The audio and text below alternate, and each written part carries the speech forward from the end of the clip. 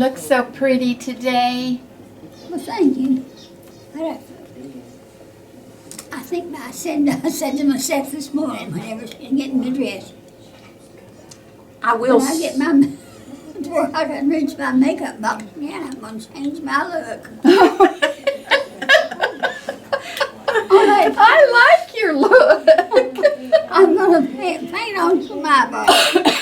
You know what you can do, Ruby? Instead of having to paint them on all the time nowadays, people are getting them tattooed on. This is true. If you want to pay that kind of money for it.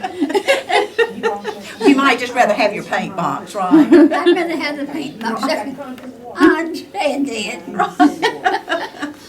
My mama wouldn't let me wear lipstick till I was about 16 years old, 17 years old. Oh, I know. That was kind of a no-no in those days, wasn't it? So, Wow. It was the Pierce Steers when I was a girl.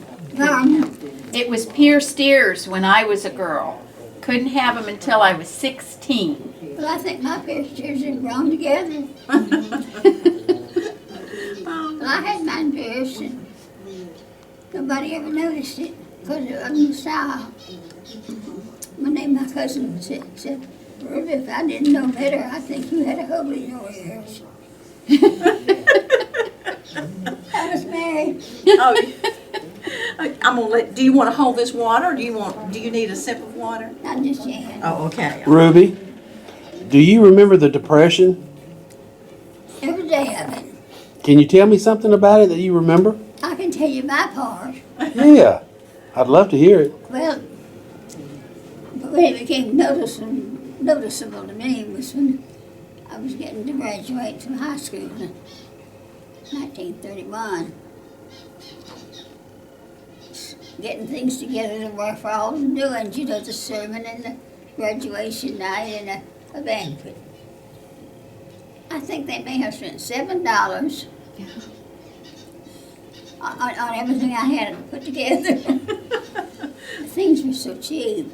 I had a pretty white dress, a pretty pink dress, white dress for graduation, pink dress for sermon, had to match it.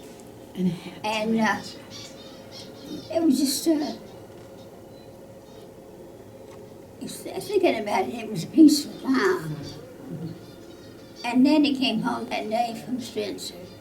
He had been laid off. The Southern Railway was laying off men, the younger men, and keeping the older ones. And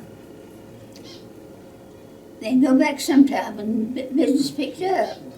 So Daddy was home for my graduation. He wouldn't have been anyway, because they could mark off and go back and mark off. And now let's see where I was. There was something I wanted to get in about that. Anyway, that's when I think the Depression started. Around about that time. No jobs to be had. And then 2 years later, the cotton mill, no, that was, I'm going to say the year for that, but they filed bankruptcy. I put the town out of work and worked at the mill. Some people moved away, so most have stayed. Well, I don't know how town people fared, but not as much as I did the country people. But they had their gardens, their chickens, their pigs, their hogs, and everything that gave them food. People helped each other. And what stands out, I think about it, there was not any crime in Melbourne that I can remember. Not any crime? And yet, of course, we didn't take a paper, but we'd hear things, you know. Mm-hmm. But sometimes it'd be something good or how things were going. But there wasn't any money. And then in 1934, I think it was, Roosevelt moved to town. And that was the Commonwealth. The Commonwealth, yeah. Is this all that's necessary for this? Oh, we want to hear whatever you want to say. Whatever you remember. Anyway, things had changed when Franklin D. Roosevelt was in office. We'd just come through the worst of the Depression from 31 to 34. 24.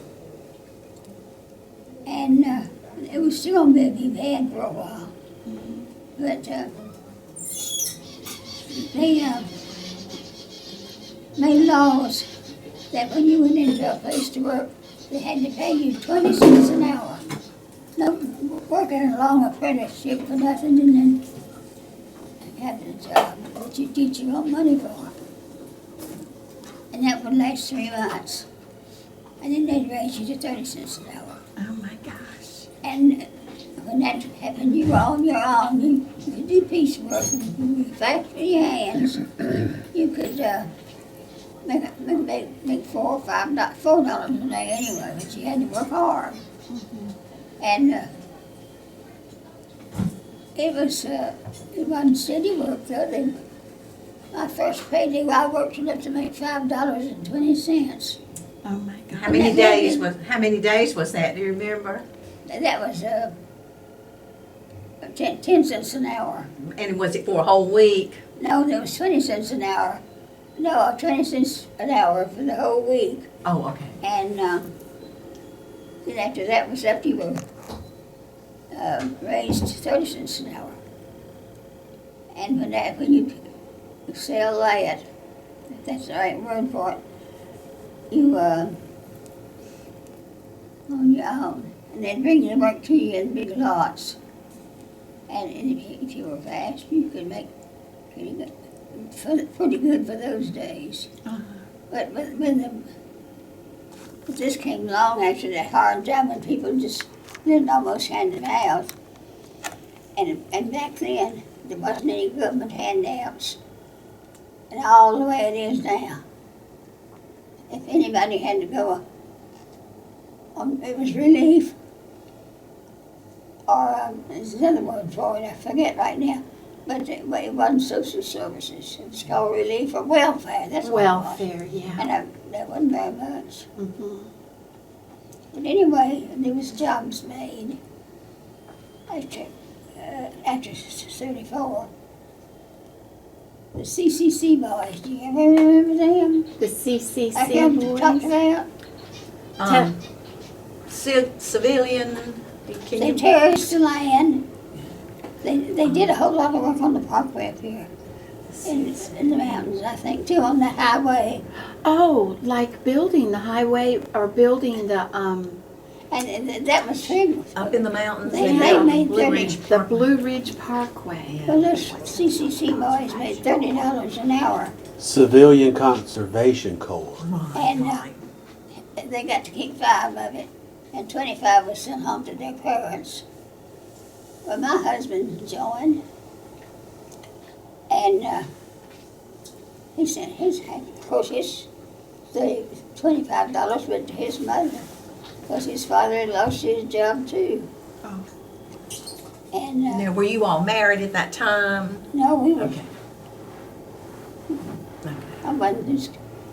I was through school, Oh, yeah. but I wasn't there. I was still young. Yeah, too young. No, after I didn't marry until 1940, Okay. And how old were you when you married Alton?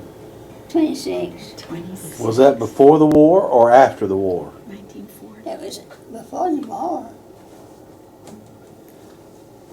And how long had Alton been in the service when you all got Since- married?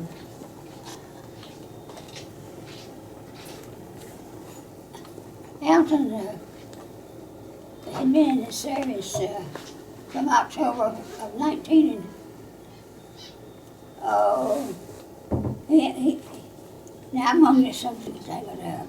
He went into the service in 37 and then we got married in 1940. Okay. That's the way it is. Yeah. And he was in the Coast Guard. Coast Guard. Yeah. Coast Guard, right? The Coast Guard? Why? Was he in the Coast Guard? He joined the Coast Guard from the CCC Okay. in 19 and 37. that's where he stayed. And then in 19 and we didn't want to get married until he said he didn't want my wife to work Oh. and until we could make a living wage we'll think about getting married then. Oh, And that was Well, that's that in what it meant. Randleman? Why? Was that in Randleman? He's from Georgia. Well, he was in Georgia. Atlanta, Georgia, and I was in Randleman. Wow. I met him there, That was a long distance romance, wasn't it? yeah, from 15 to 26. Off and on. She was a pretty little 15-year-old with curls when he first saw her. Freckle face, did you get that in? Oh no, freckle face too. Finish in the freckle area. Freckle face Patty. You said you were 26 when you got married. Yeah, now to 27. Tell us what you said some of the old ladies in the community said when you and Alton got engaged. Do you remember? You told me. I can't remember it now. You said that when you got engaged to Alton that some of the older ladies in the community said behind the backs another one of those old maid Lassiter girls was getting married. Yeah, that's what they did. And it was an old maid that said it. Oh my goodness. I think you were smart to wait. And how old was Eugenia when she got married? She was a little bit older, and Jessie was a little bit older than she was. So you were all married late. And my brother didn't finish school didn't start school till, well, how can I say it? Anyway, he was getting married. Mm-hmm. He was 25, I think. So the Lassiters don't marry young, I don't know. You're smart. So are you from Randleman? Well, I was born in Randolph County, but we lived in, Daddy moved around, but not too long after I was born. We lived up there at what they call Brown's Crossroads. You go through there before you get to Sophia, going to High Point. And did your whole family live in Spencer for a little while? For a short while. Okay. Jessie was born in Spencer, Okay. So where did you go to church? St. Paul. St. Paul. Can you tell me about St. Paul? Well, I can't remember only what people told me about the way it was when it was built. Right. But it was a gathering place on Sunday. It seemed like, and we enjoyed church. Well, there was two Methodist churches in town. You've probably heard that. Naomi? One of them's down in Naomi, Yeah. in the Naomi section, and we were up there on High Point Street in Randleman.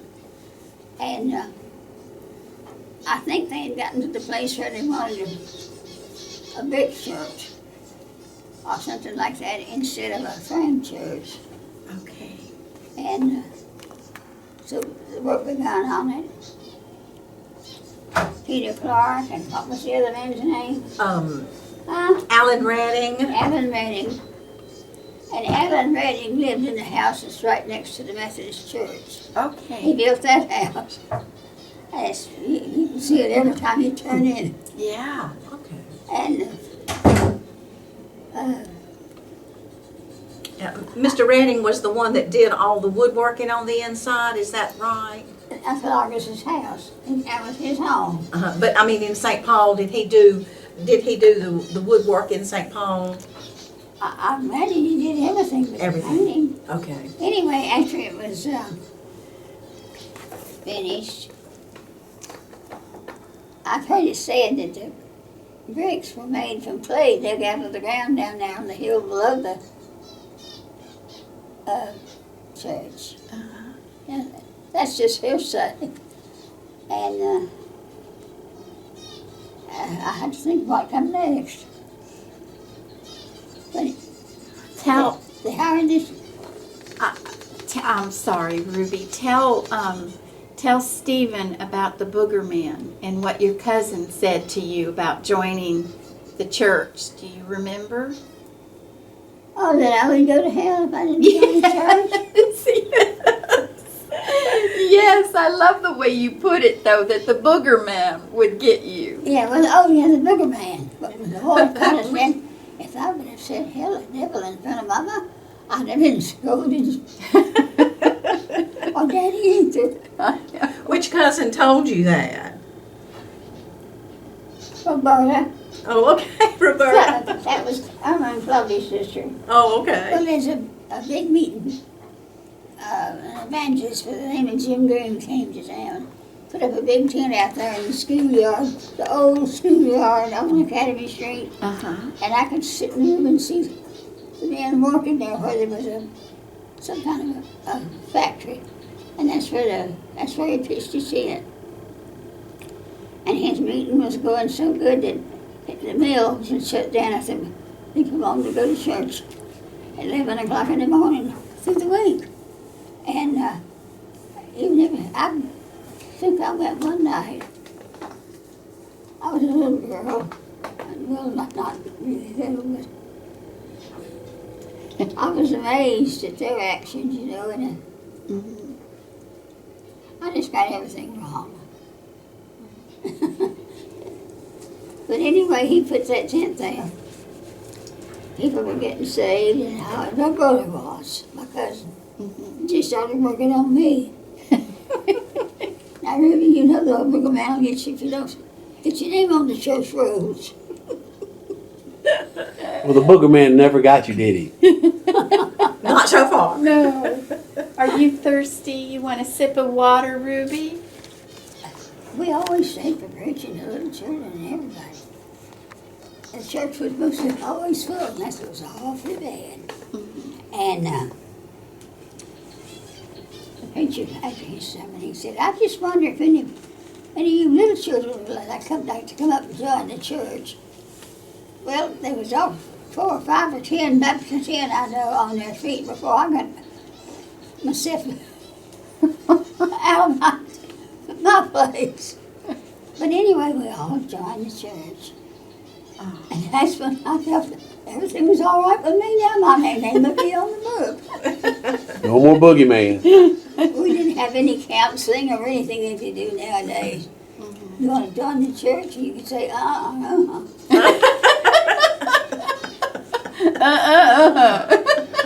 Well, Ruby, I think they would be interested in telling what happened when you were at school over there at the old hospital place and what games your children were playing during recess one day. Oh, Lord, would you all like to hear that? Oh, sure. Yes. I'm telling you, we didn't have the best time. The first 3 grades were in the old John H. Tree home. It was an elegant home. But we children didn't notice the beauty of anything like that. The land was terraced 4 ways. And it's kind of like a little hill. And slopes so far, steps, slopes so far. But it wasn't high even then. And it had been landscaped, and it was so pretty. I bet. Do you think we noticed that? We noticed the trees we could climb. Or little simple things like children do together, like little girls would gather up broken pieces of glass, make a little playhouse. But there was one thing they called a summer house. And it was a gazebo. Oh, I think it was 6-sided. okay. That comes in later. But to get back to it, we went to the church. And we were amazed at the actions of those people when the preacher went to preaching. What did they do? Revival. It was a Yeah. revival, They right? would just get so excited and so filled with the Spirit, I guess. There's one lady that she lived on High Point Street, but she lived back in the farms in front of the pulpit. Oh my God. Just with her hair come down, her hat fell halfway off her head, and she's about to pass out. And some of them have trouble to the window and raised the window and got her head and shoulders out the window so she could breathe. And I was telling Doc Russell about that, and he said yes, that his people are homeless. They're rolling around over the floor. Oh my God. Now those aren't my words, they were his words. I wouldn't have thought of that. But they did shout a lot, and the churches were filled, and I don't know whether some of them were, they weren't all homeless. but that's not the right word for it now, is it? Pentecostal, I think, now. Pentecostal holiness now. Yeah. But when you were in school and after having seen all the big meeting stuff going on, what did you children do then? During the recess? You know, I don't think we ever played big meeting. We played Sunday school. Oh, Sunday school? We just sang and read play with our cards they gave us every Sunday. Oh, okay. Like that way, the children made their own playthings Yeah. a lot of times through the summer months. Anyway, to get back to the church, though, I think there was a frame church there where St. Paul is now, and John H. Tree was instrumental in getting it done. And in due time, the church was opened. And then they hired a man by Gil McConnell to do the inside. And he painted it to look like a temple. At first we thought Louise made inquiries about it and got all the information she could find out about it. And we thought we had a robin's egg blue ceiling, and that was about the first thing that was done. And then I think it's just this year down that it was. Right, yeah, we just But recently. anyway, that's been changed. And a lot of work has been done about the memorial window. But not anywhere else other than just to paint it down ivory color.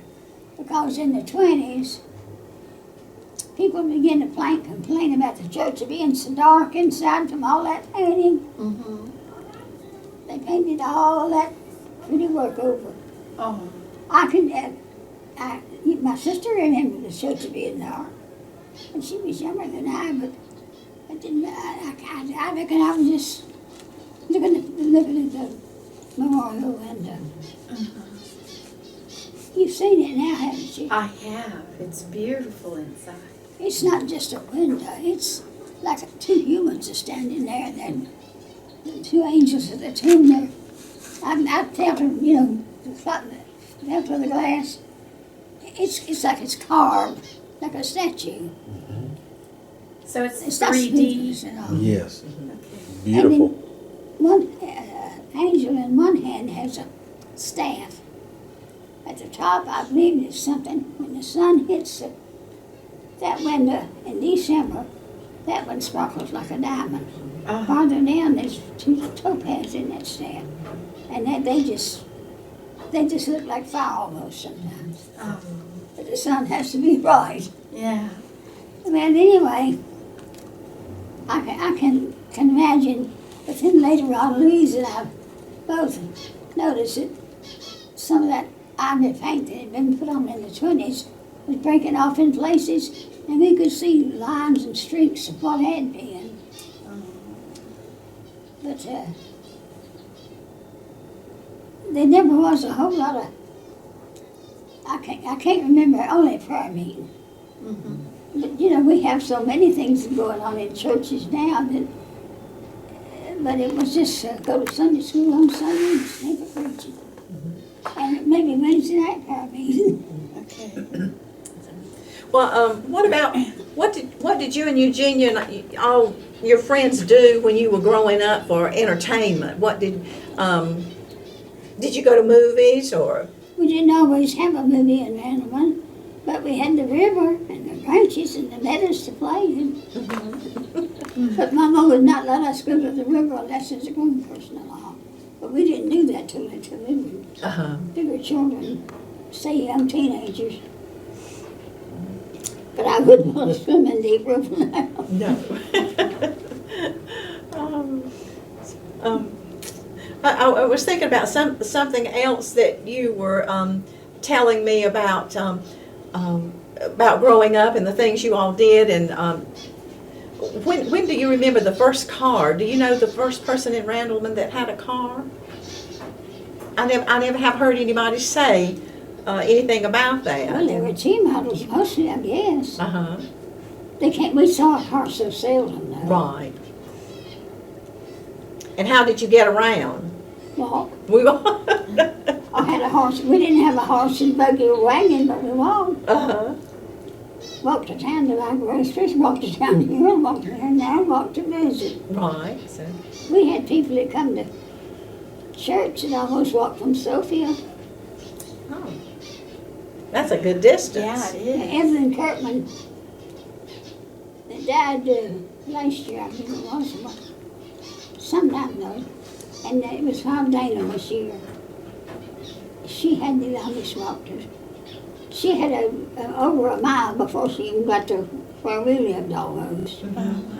And she had good attendance, so she walked a good little path most of the way. Right, so, just, And there wasn't any school buses either on the road. Did you ride a bicycle?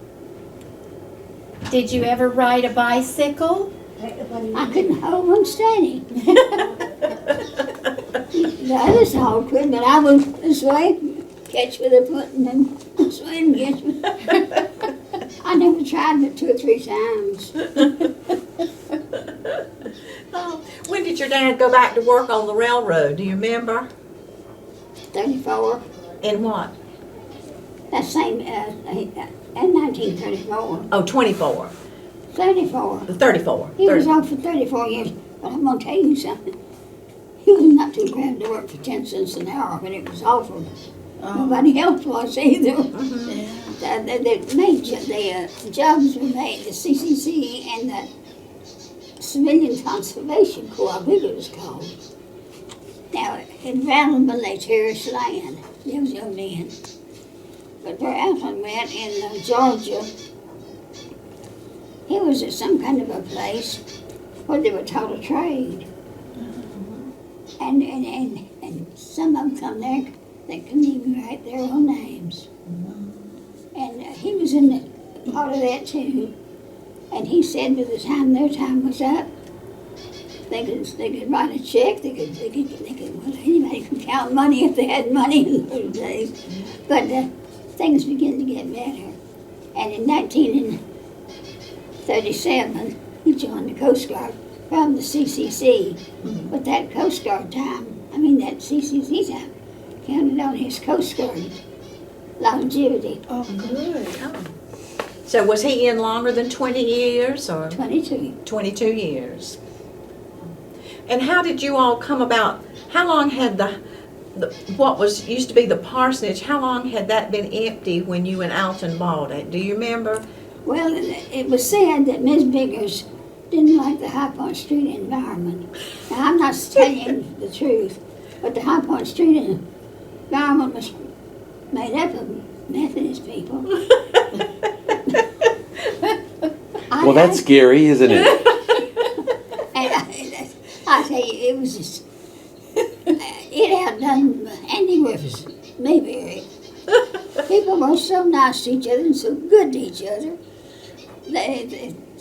I remember there's one lady, she took little short steps. She didn't walk down her steps and come down the street. She just walked past the kitchen door over the next house till she got to where she was going. Never very far, though. Yeah. But Miss Biggers didn't like the environment, so where did they go? She didn't like her environment. They moved over to one of Walter Gibson's house. Where Walter Gibson had lived, and it was just ideal. Oh, okay, okay. And So were they the last ones to live in the parsonage? When your house was the parsonage, or did somebody? no, I don't know who was the last one, because that was in 48. Uh-huh. No, I'm wrong. They left it in, I'd have to think about that, though. I can't remember. Anyway, the house was empty 12 years before we bought it. Oh, okay, okay. If they ever left the parsonage, now I know what you, if whoever lived in the parsonage ever moved and left it, and nobody could, or left the church or something, I don't remember how it was. Right. The house reverted to the brown heirs, Right. and it reverted all right, and some of them wanted to break it. They couldn't do anything about it. That mill still stood for over all those years. Wow. Because Billy Brown built 5 houses west of St. Paul over there on High Street.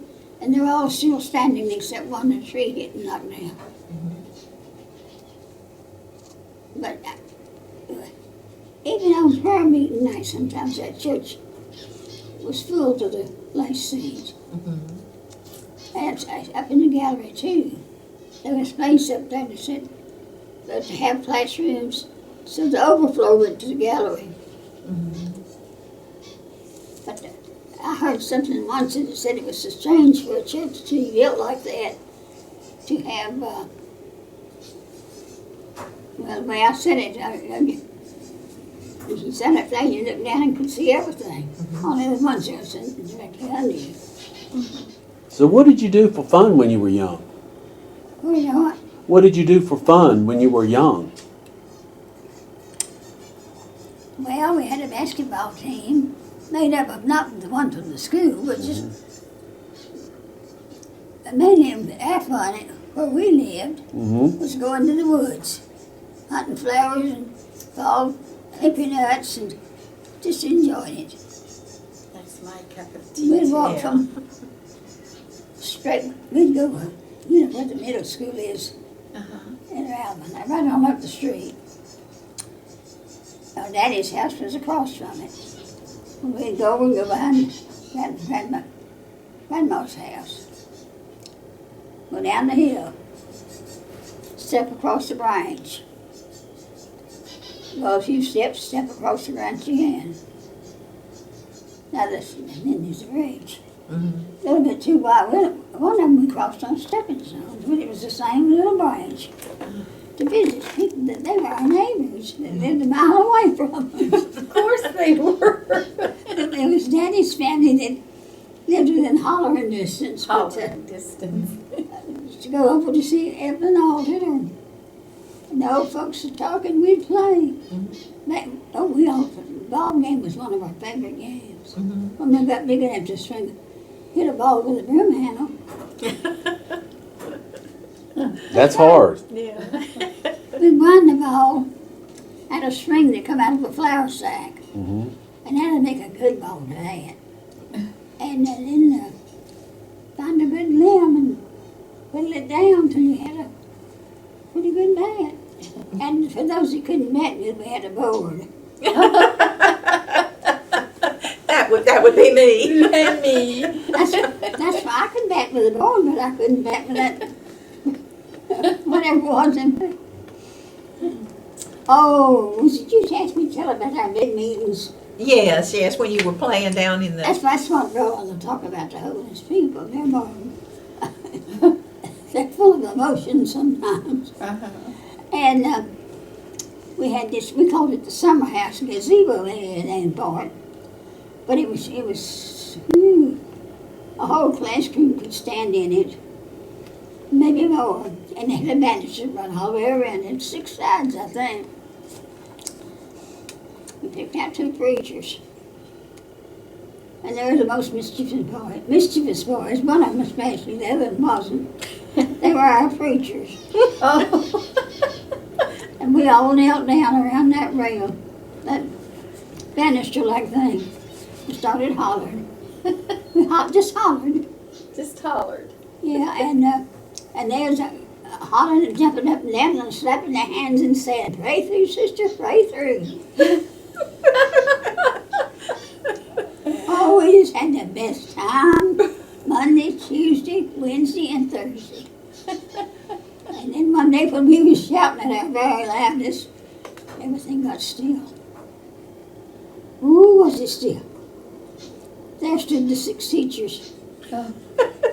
Lined up like a avenging angels, you might say. Oh, we had blasphemed the Holy Spirit. We had done this. We had done that. We had neither. We were innocent children. It was monkey see, monkey do. That's right. And I never had forgotten it. That just took all our fun away. Oh. That was the end of the big meetings, right? That was the end of our big meetings. If that's all they had to contend with now, there'd be a road to tomorrow, wouldn't it? Yes, it would. The papers didn't carry any news about murders or stabbings or all the horrible things we hear nowadays. The only thing I think was somebody stole a little girl from her home and turned around and went in Greensboro. And now I was 17 years old when that happened, I think. And Mama wrote to me and she said, I was listening to that in South Carolina, and Mama wrote said it was the awfulest thing in Maryland that happened. And she told enough of it for me to remember it. But people were so good to you, so good to each other. Yeah. If somebody was just real near death sick, somebody stayed with them to help them. And I couldn't remember all the good deeds that seemed to have done that. And nothing was stolen except a wheelbarrow full of stove wood from our wood pile out in the yard. And when Mama found out about who did it, she said, well, I would have given it to him if I'd have known. But they were that bad. It was a man and his wife and I think 3 little children living in one room, not too far down the road from us. The house and the building's gone now. It was a little store building, just one room. And she'd either given it to him, but he just stole the wheelbarrow of it. And that's the only thing I ever heard that was stolen.